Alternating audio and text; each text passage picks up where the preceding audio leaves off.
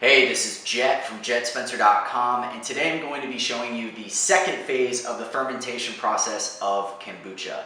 If you haven't checked out the original video, I'll throw a link to it in the corner here. Just check out the white button. It is a A to Z style guide of how you actually brew kombucha at home. With that being said, this is the second phase of the fermentation process for those of you who want to add flavors or that nice bubbly carbonated feel that comes along with drinking this amazing drink.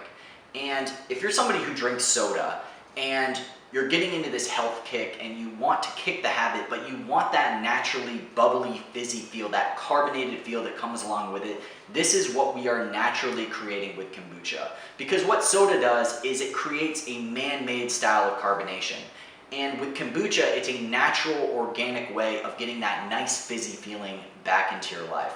With that being said, I'm going to break down everything you need right here in terms of ingredients and walk you through the process step by step. So let's get started. All right, we have all of our ingredients laid out right here. The first thing we're going to talk about is kombucha. This is a kombucha that's been sitting for about 10 days now. I highly recommend a fermentation process of between 5 and 10 days, simply because if you allow it to sit too long, it's going to become very vinegary. But if you don't allow it to sit long enough, it won't create that natural carbonation process that is made in the second phase. The next thing we're going to talk about is some fruit juice. For this particular video, I just picked something up at the store, but you can juice something yourself at home or simply add fruit or ginger, lemons are something that's really good, mangoes, whatever you want, pears. But for this particular video, and just for simplicity, you can pick up a juice at the store. It makes it really, really simple. It's already pureed, and really all you have to do is add it into your drink.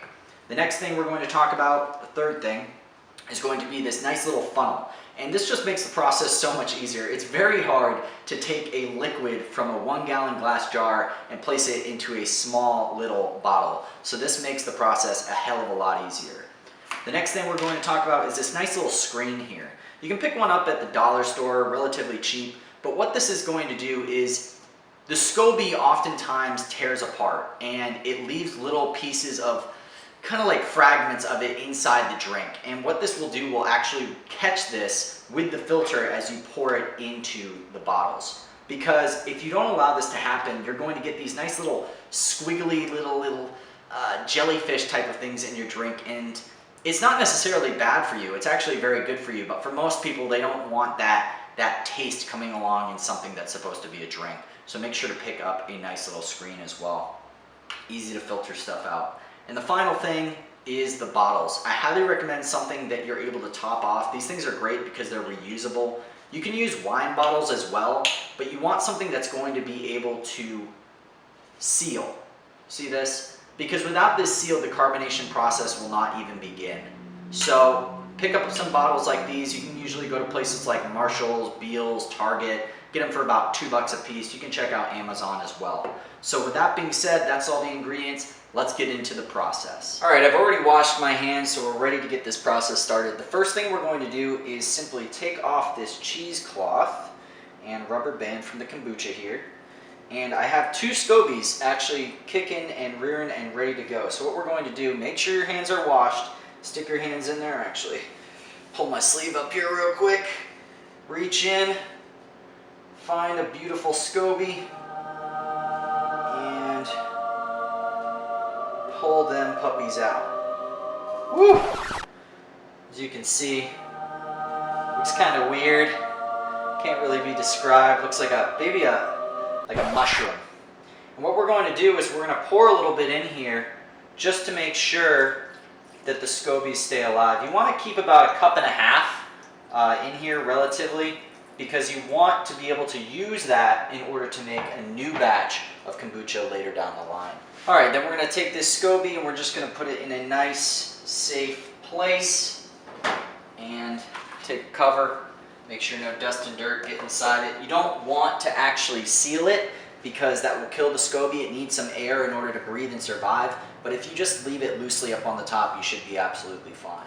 All right, so the next thing we're going to be doing is adding our flavoring or juice inside one of our glass bottles. We're going to take our funnel here to make it a lot easier on ourselves. For this particular brew that I'm doing here, I'm going to do about 10 to 20% of the bottle in terms of adding fruit juice. That's roughly about a quarter of a cup, but I typically do it by eye. So all I'm going to do is I'm going to take my juice that I have right here, I'm going to open it up, pour the juice in, and as you can see, this is so much easier with a funnel. Imagine how tough this would be, trying to pour this into this tiny little glass bottle here without the funnel. The funnel just makes things so much easier. The next thing we're going to do is we'll take one of these right here and we're going to add the kombucha inside of this and fill it up to the top. And as you're going to see, as I add it, you're going to see the process already happening. You're going to see that the SCOBYs, the tiny little symbiotic culture of bacteria and yeast that have been left behind, are going to begin eating away at the sugars of the fruit juice. So what we're going to do, just like last time, we're going to take the funnel here. We're going to place it up here on the top, but this time we're going to be taking that screen. And as you can see, it fits perfectly right here on the top of the funnel. We're going to place that up on the top here, make sure it's relatively stable.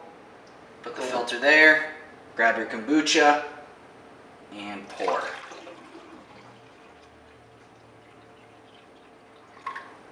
Woo!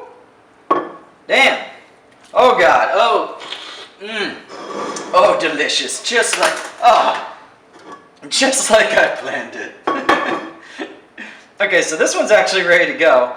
It's actually really good. It hasn't even really reached its desired state yet, but now I can show you. We're just gonna pop the top here, lock it up, and as you can see, look at that. Look at the top here, look at this. It looks awesome. It kind of looks like a lava lamp. Sometimes I spin it upside down, flip it back, but look at that. I mean, that just looks super cool. You can already see the ferment happening in front of your very eyes. Alright, that's all she wrote. I'm going to allow this bottle to sit for about 1 to 2 days, depending on what you use. If you use regular fruit or fruit juice, will depend how long you actually want this second fermentation process to go.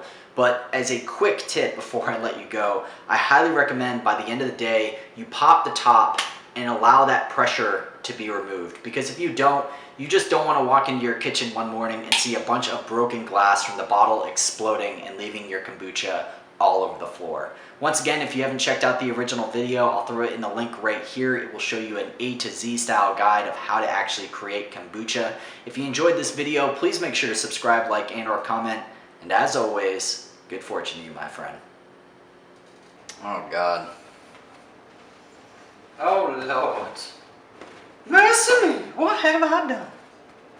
Oh no.